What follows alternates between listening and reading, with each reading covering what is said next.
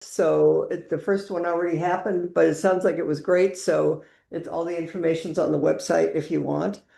All day sit is 19th, and it's Buddha's birthday at Open Sky. Yeah, Also, the little Yalupa Sangha book study is tonight, it's on Thursdays. great. At Okay. 5:30, you contact me if you're interested. We're reading about Gento Koan, meeting the myriad things. So many So- opportunities to And you don't the Dharma. read in advance.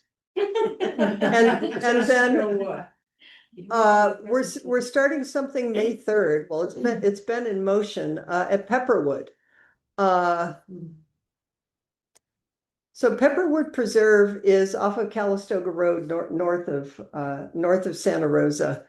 Pepperwood Preserve is an amazing place, and it's been largely dedicated and used for scientific study and study of the natural world. They bring young people in, they do workshops, they do teachings.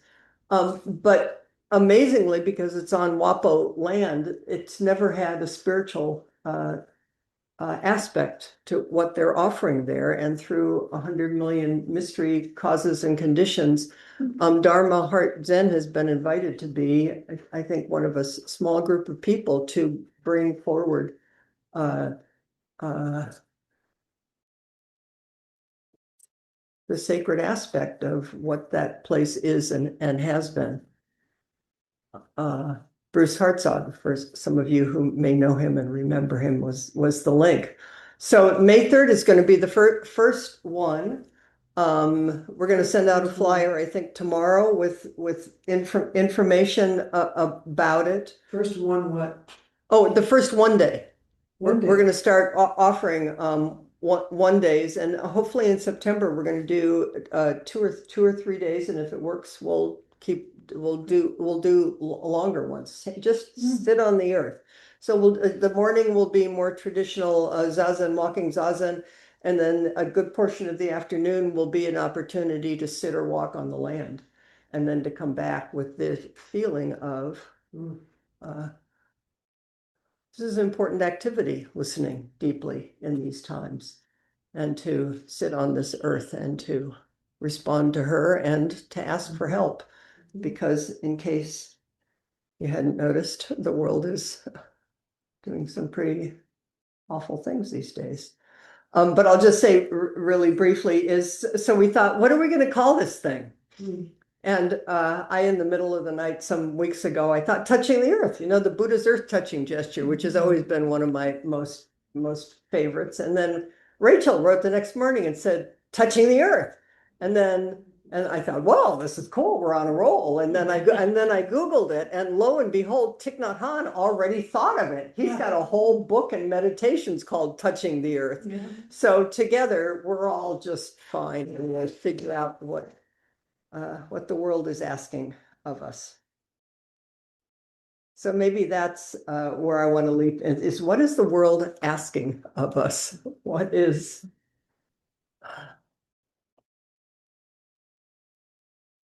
the birds are amazing this morning.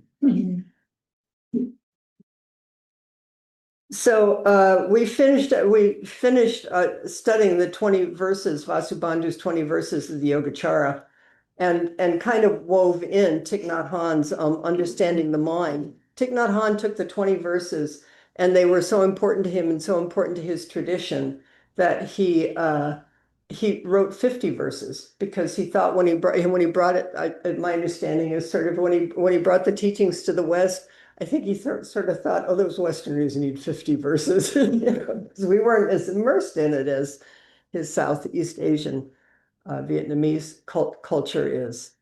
And the very last verse, verse 50, no fear. When we realize that afflictions are no other than enlightenment, we can ride the waves of birth and death in peace.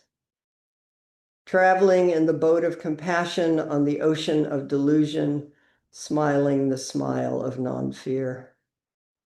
When we realize that afflictions, meaning anger, grief, wanting, not wanting, all the myriad things that the emotional realm, the waves of feelings, and what it is to be a human being in this world is no other than enlightenment, is no other than a shining aspect of the flashing in and out of existence of the one heart of the world, that everything's interconnected and interbe far beyond anything we can imagine. But it's so easy to get caught up in. Anybody feel anger recently? Anybody feel fear recently? Anybody? I mean, just study the heart and the mind. So how can this too be Buddha and Buddha's body? And how can we take care of and not turn away from or try to go over or under being a human being, and also ride? I love traveling in the boat of compassion. What is it to be a human being traveling in the boat of compassion in this rocky ocean sea, which sometimes is placid and shining and sparkly, and sometimes the waves are just up.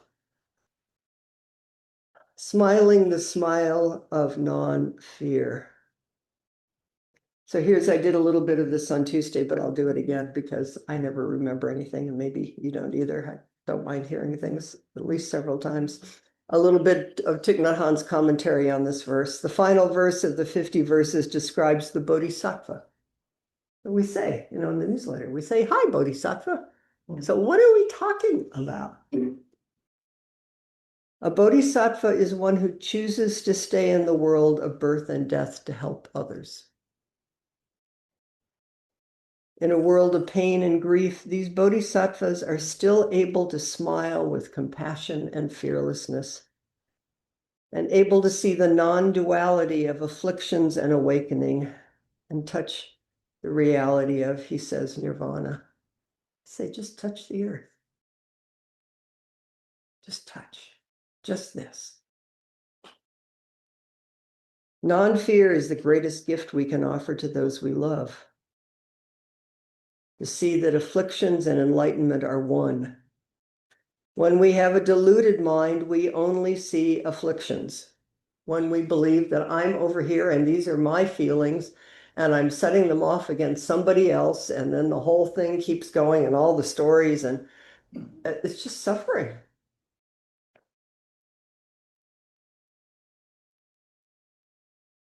But an awakened mind, an awakening mind, the affliction's everything. I was listening about Lebanon on the way in. We don't ignore it. We don't turn away from it. And in fact, touching the earth and the earth body, the true earth body, is the only way to stay, to be in this little boat of compassion.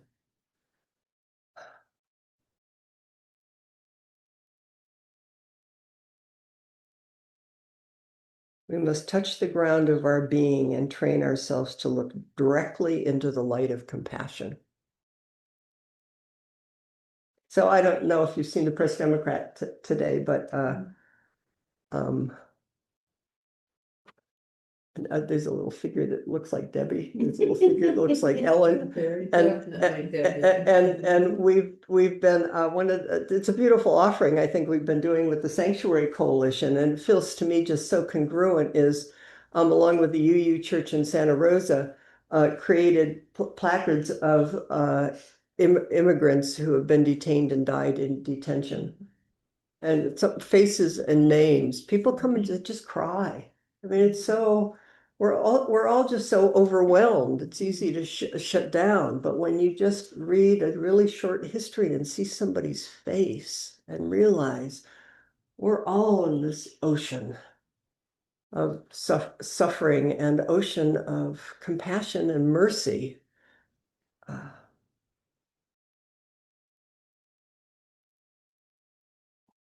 And then I went to help set up, and I thought I'd stay for a couple of hours, and ended up staying till 3 or 4 in the afternoon, because I knew that some of the people that I've been practicing within the Interfaith Coalition, we're going to get arrested, and I just couldn't leave them. It actually makes me cry.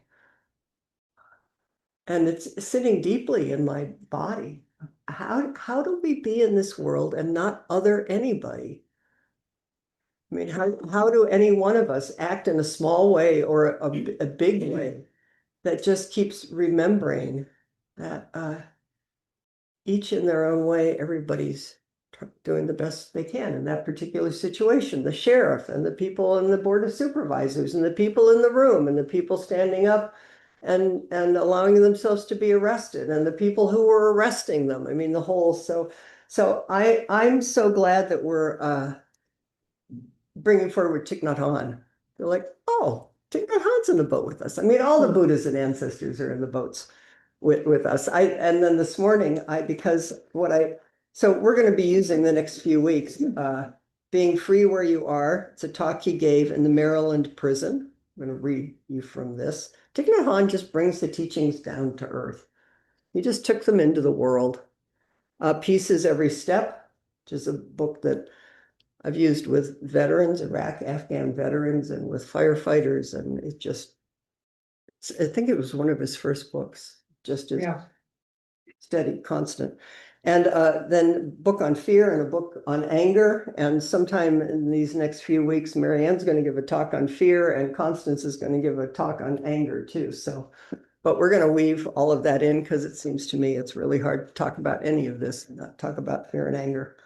But I wanted to start with, do people know about Jarvis Masters? Have you heard about Jarvis Masters? Jarvis Masters has written several books.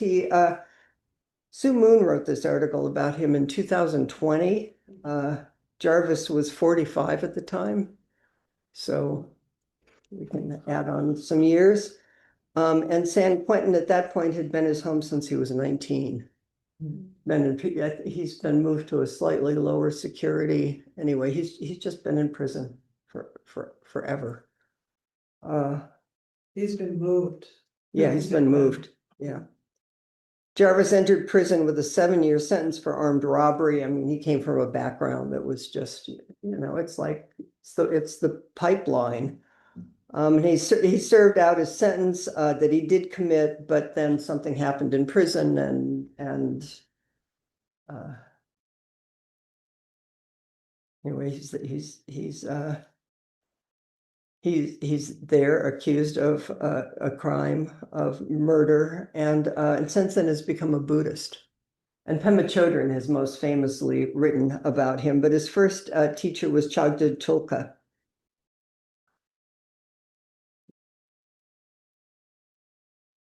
He said to Chagdud, "How do I get myself out of prison in prison?" That's the question I've been asking myself. I mean, it's a good question for all. We're all imprisoned in our little brains and minds, and that's the question I've been asking myself. We're always looking at the wall here. One time when I was first meditating, it came to me, I can't climb the walls, but I can make them disappear. I told this to Rinpoche when he visited me, and he smiled and he just snapped his fingers in the air, and he had tears in his eyes. Jarvis says, you don't get on death row for nothing, but you're still human. Everybody. He says, and I'm into humanizing people. That's where I'm at. And then Sue says, a commentary, Jarvis is not a big proselytizer. He says, I do not use the word Buddhism. I don't want to call myself a Buddhist. What he wants. I want my practice to be my natural way of being. I want to act out of my heart, out of the best parts of myself. It's so simple. And we all know it's continuous practice. So then I thought, some ways I'm grateful because I feel like you're humoring me because I'm doing this for myself, but hopefully I'm also doing this for all of you. Because I really am in this time, and having been in the board of supervisors with some, just how do you sit in the boat of compassion no matter where you are? How do you be a true human being? This is our koan forever. So this is, he was talking in a prison.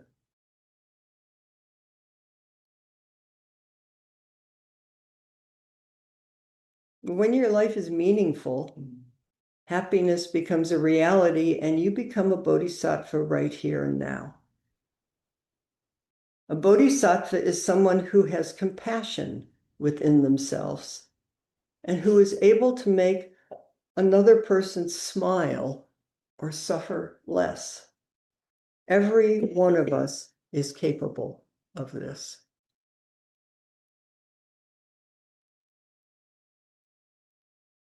I went up and hugged the sheriff. I said, is it okay if I hug you? Because the sheriff's sort of the bad guy in this. I mean, I don't even, but, and he just said, sure.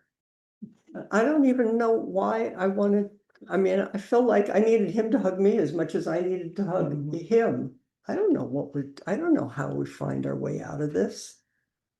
So here's compassion as the liberating factor. Every moment of your daily life can be a moment of practice. Whether you are waiting for your food or lining up to be counted, again, they're in prison, you can always practice breathing in and out mindfully and smiling. Do not waste a moment of your daily life. Do you remember, have you heard the story about when somebody said to the Dalai Lama, these were all Western teachers, this was a number of years ago, and said something, because they were all working so hard, you know, like all of us, and asked the Dalai Lama about how and when he took a vacation. And the Dalai Lama just burst out laughing because he had absolutely no, I mean, there's no vacation. I mean, of course, it's all, you know, I mean, it's like, don't waste a moment of your daily life, but please relax. Every moment is an opportunity to cultivate your solidity, peace, and joy. And after a few days, you will see people beginning to profit from your presence. Your presence can become the presence of a bodhisattva, a saint. It is possible. So I'm going to digress for a minute. Some of you know that Evan, my son, and Allie have a new foster adopt 9-year-old Guatemalan boy who's at our house right now. It makes me cry. And it's just so sweet to watch how much he wants to be loved and how much they're just loving each other in the midst of, I mean, of course, it's not always easy. But it's just, how do we just keep presencing with ourselves and the whole world? There is a story that I read when I was 7 years old. It was a Jataka story, which is a story about a former life of the Buddha. This story is about one of the Buddha's former lives when he was in hell. Remember the Jataka tales that before Buddha, there was Buddhas before Buddhas, and this was all Buddha becoming a Buddha and a Bodhisattva, and we studied them at a certain point. We might do it again. Okay, the guard who was in charge of the inmates of hell did not seem to have any compassion. He carried a big pitchfork, and every time anyone did something wrong, he would plunge the pitchfork into their chest. Although the inmates suffered greatly from their treatments, they could not die. This was their punishment. They suffered, but they did not die. One day, the inmates were forced to carry heavy loads on their back. The guard, with his pitchfork in hand, began to push them to go faster. The former life of the Buddha saw that one of the inmates could not keep up and that the guard was beginning to pick on him, threatening him with his pitchfork to make him move faster. At that moment, something was born in the former life of the Buddha. He wanted to intervene and confront the guard, even though he knew the guard would then turn on him. If his intervention would have resulted in his dying, he would have done it gladly. But the kind of punishment he would expect in return would not lead to his death, only more suffering. Even so, he courageously approached the guard and said, "Don't you have a heart? Why don't you give him time to carry his load?"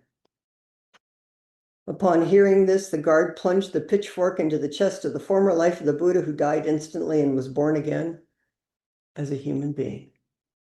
He became human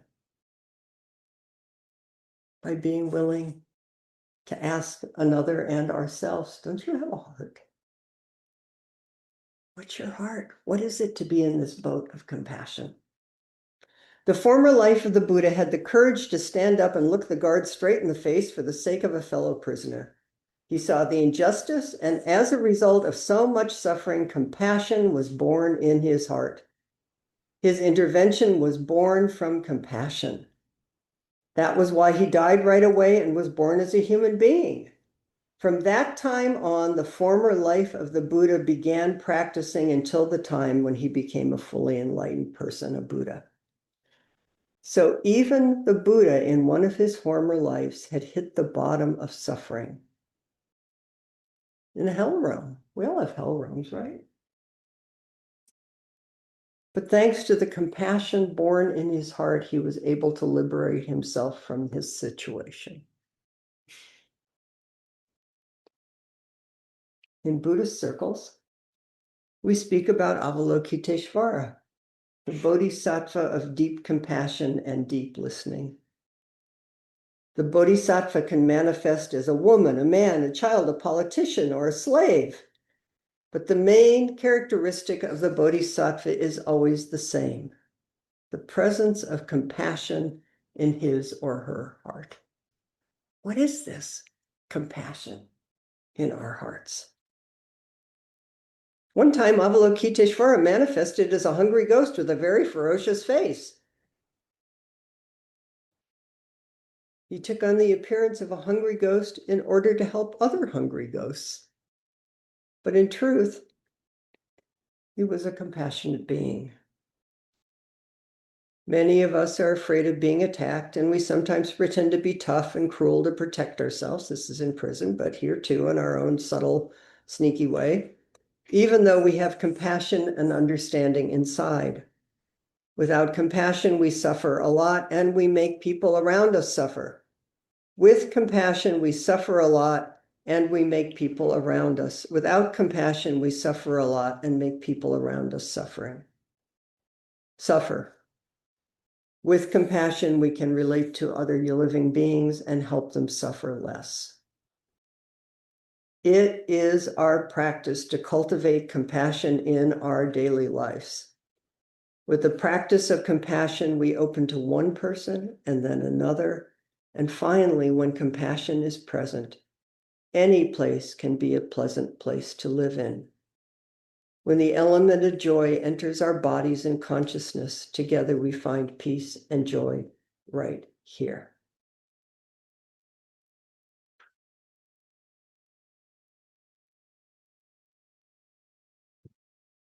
Understanding is what makes compassion possible.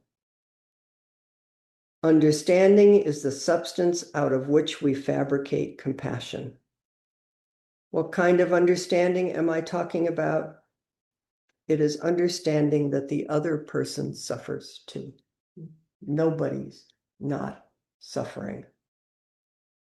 Once understanding is present, compassion becomes possible. I would describe my practice as the practice of cultivating compassion. But I know that compassion is not possible without understanding. And understanding is only possible if you have time to look deeply.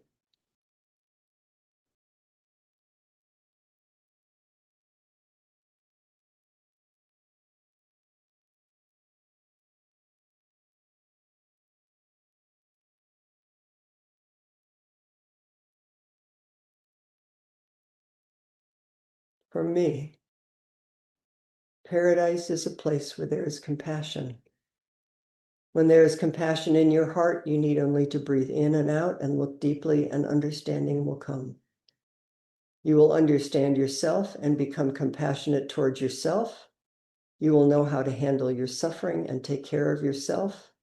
And then you will be able to help another person do the same, and compassion will grow between you.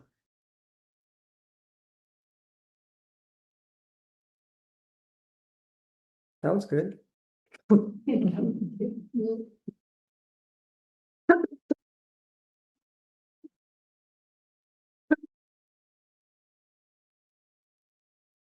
Traveling in the boat of compassion on the ocean of delusion. So what is this for you? I mean, what in this moment? What is the understanding? How do you practice compassion for yourself and other people? What is it to keep remembering that we're all just in this little boat of compassion on this great sea of mercy and delusion? What's compassion mean to you? And there's no right answer here. This is not a test. It's just, I'm practicing. I think that's the great thing about being born in a really difficult time, is you can't slide through. So, okay, folks, compassion, what is it? How do you practice? How do you cultivate? Good enough?